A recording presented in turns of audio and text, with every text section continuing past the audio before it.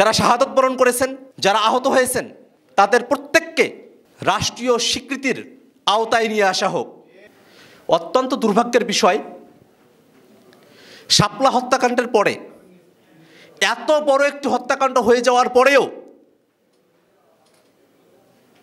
রাস্তার গাছগুলোকে কেটেছে এটা না জেনেও গাছ কাটার অপরাধকে বড় করে দেখানো হয়েছে মানুষ হত্যার অপরাধের থেকে। সেই অপরাধকে, আওয়ামী লীগের গণহত্যাকে লঘু করবার নানা ধরনের চক্রান্ত বাংলাদেশের নানা ধরনের ঘরানার মধ্যে এটা চর্চিত হয়েছে। আজকে এক যুগ পরে এসে আমরা যখন শাপলা হত্যাকাণ্ডের স্মৃতিচারণ করি,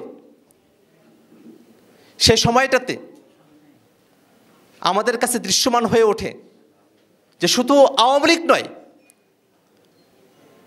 আওয়ামী লীগের সাংস্কৃতিক এবং বুদ্ধিভিত্তিক দোসর যারা আছেন, সাধারণ নাগরিকের বেশে, সাংবাদিকের বেশে, তারাও এই হত্যাকাণ্ডের জন্য সমানভাবে দায়ী। বাংলাদেশে যখন এই হত্যাকাণ্ড চলে, শুধুমাত্র সাধারণ মুসল্লিদের উপরে নিপীড়ন বয়ে গেছে বিষয়টা এমন নয়। রাষ্ট্রীয় অনুমোদনপ্রাপ্ত টিভি চ্যানেল রাতের আধারে সেটা বন্ধ করে দেওয়া হয়েছে। এই হত্যাকাণ্ড নিয়ে কাজ করার কারণে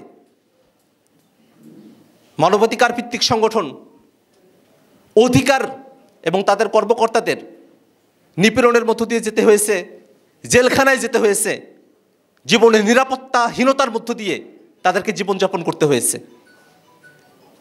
যে ভয়ের সংস্কৃতি, যে ত্রাসের রাজত্ব এবং গণহত্যা বাংলাদেশে চাপিয়ে দেওয়া হয়েছিল, তার বিরুদ্ধে দীর্ঘদিনের জমে থাকা ক্ষোভ, দীর্ঘদিনের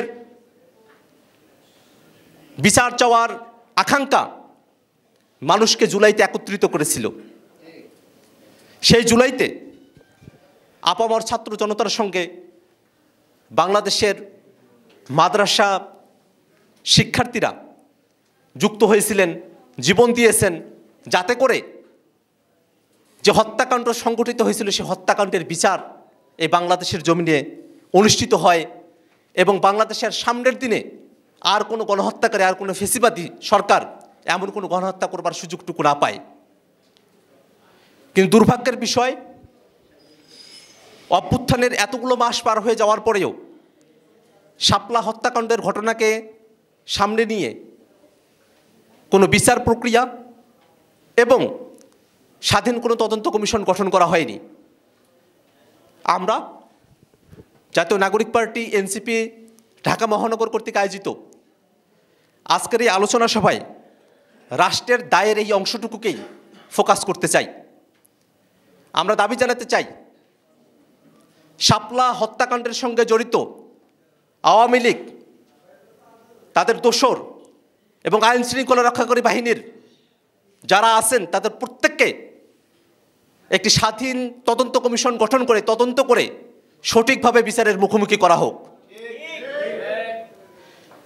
যারা শাহাদত বরণ করেছেন, যারা আহত হয়েছেন, তাদের প্রত্যেককে রাষ্ট্রীয় স্বীকৃতির আওতায় নিয়ে আসা হোক এবং প্রত্যেক পরিবারকে যথোপযুক্ত ক্ষতিপূরণ প্রদান করা হোক। যদি রাষ্ট্র এই পদক্ষেপগুলো গ্রহণ করতে পারে, তাহলে এই সামনের দিনে আমরা যে সুন্দর ন্যায় বিচারের ইনসাফ ভিত্তিক একটি কল্যাণকর বাংলাদেশ পেতে চাই, সে বাংলাদেশ অর্জন করা আমাদের পক্ষে সম্ভবপর হবে।